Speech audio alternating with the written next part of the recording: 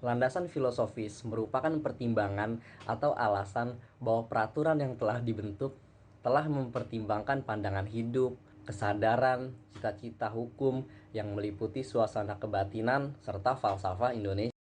Suasana kebatinan dan falsafah Indonesia penting untuk dipertimbangkan sebagai usaha dalam membentuk karakter pada manusia agar hidupnya lebih baik, bukan hanya moralnya, tetapi juga hidupnya lebih berbudaya, bijaksana, dan kritis.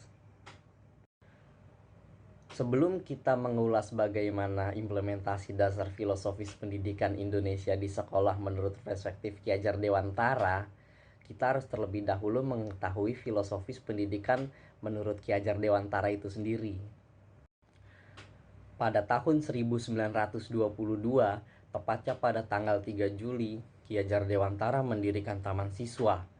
Didirikannya Taman Siswa ini merupakan bukti kepedulian Ki Hajar Dewantara untuk memberikan kesempatan dan hak pendidikan yang sama bagi para pribumi Indonesia agar dapat menempuh pendidikan seperti yang dirasakan para priai dan anak-anak Belanda pada saat itu. Pemilihan kata taman dalam Taman Siswa memiliki arti tempat bermain untuk para siswa.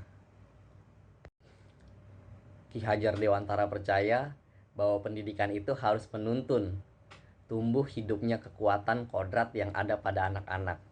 Setiap anak memiliki kodratnya masing-masing, maka dari itu tugas pendidik adalah memperbaiki perilaku anak, bukan malah berkehendak akan jadi apa anak itu kelak. Ki Hajar Dewantara memfokuskan pendidikan ke dalam 4 dimensi, yaitu jasmani, akal, rohani, dan sosial. Dengan demikian, diharapkan pendidikan akan menciptakan manusia yang merdeka. Apa itu manusia yang merdeka? Manusia yang merdeka adalah manusia yang berperilaku dengan penuh kesadaran untuk mencapai keselamatan dan kebahagiaan yang setinggi-tingginya, baik sebagai manusia maupun sebagai anggota masyarakat. Di SD Lab School VIP UMJ, tempat saya melakukan praktek lapangan, filosofis pendidikan Ki Hajar Dewantara diimplementasikan melalui kegiatan-kegiatan yang ada di dalamnya. Sekolah yang berfokus pada pendidikan karakter ini memiliki setidaknya 20 lebih kegiatan ekstrakurikuler. Di antaranya yaitu Kiroati, Hizbul Waton, Tapak Suci, Polisi Cilik, Jurnalis Cilik, Melukis, Paskibrah, Art and Creativity, Angklung, Klub Bahasa, Menggambar, Catur, Science Club, Komputer, Dokter Kecil, Fun Cooking, Musik, Tradisional Dance, Coding, Memanah, dan Basket. Untuk kegiatan Kiroati, Hizbul Waton, dan Tapak Suci, peserta didik wajib mengikutinya. Hal ini sejalan dengan fokus pendidikan yang dicanangkan oleh Ki Hajar Dewantara, yaitu jasmani, akal, dan sosial. Sedangkan untuk ekstrakurikuler lain, peserta didik SD Lab School VIP UMJ bebas memilih ekskul yang diminatinya. Hal ini sejalan dengan filosofi pendidikan Indonesia yang membebaskan peserta didik untuk tumbuh sesuai dengan kodrat dan keunikannya masing-masing.